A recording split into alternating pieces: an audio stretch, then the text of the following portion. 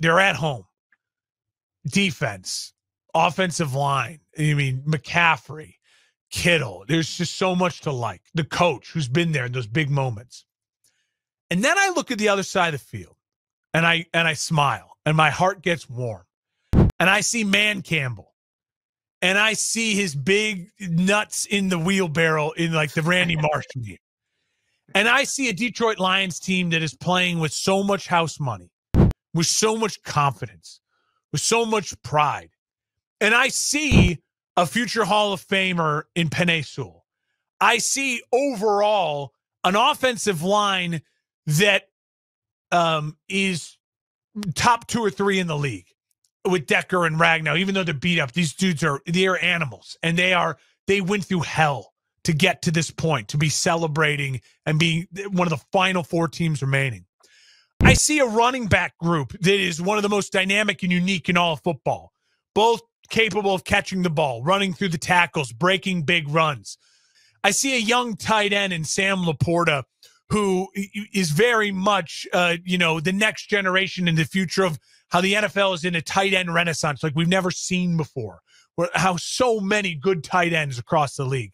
I see Amon-Ra St. Brown, who's a dog. I mean, a dog, and a dude who's not afraid of Greenlaw and Warner and taking hits across the middle, whose dad was Mr. Olympia, who just is going to scrap and claw and fight for every extra yard. I see on defense, Aiden Hutchinson, 8 sacks in his last 4 games, who's coming into his own. He's from Michigan. He's playing for his hometown team.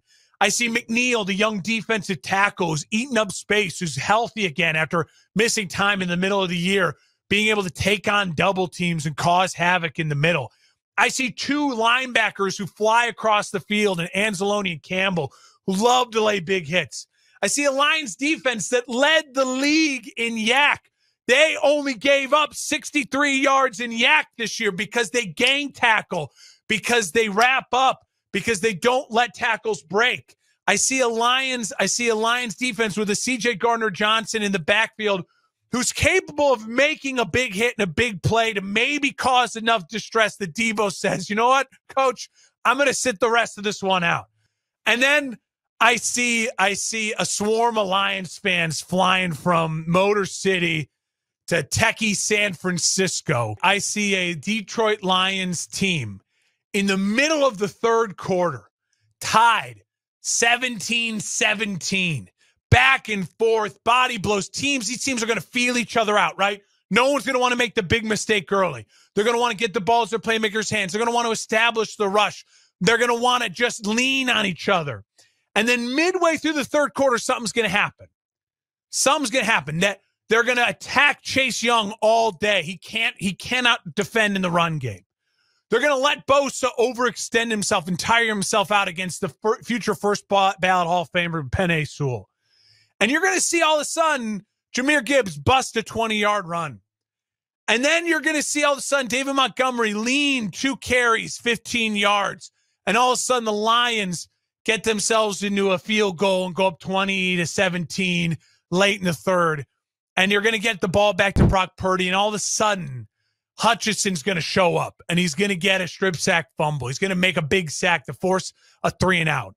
And then early in the fourth quarter, you're going to see the better quarterback in this game, not just by a little, but by far the better quarterback in this game, Jared Goff, pick apart what is the worst of the San Francisco defenses in the Kyle Shanahan era to make it to an NFC Championship game. Now, that's saying something. They're still very good, but it is the worst of the Kyle Shanahan defenses to make it to an NFC Championship game. And around after about a 6-minute drive to start the fourth quarter, the Lions are going to go up 27-17.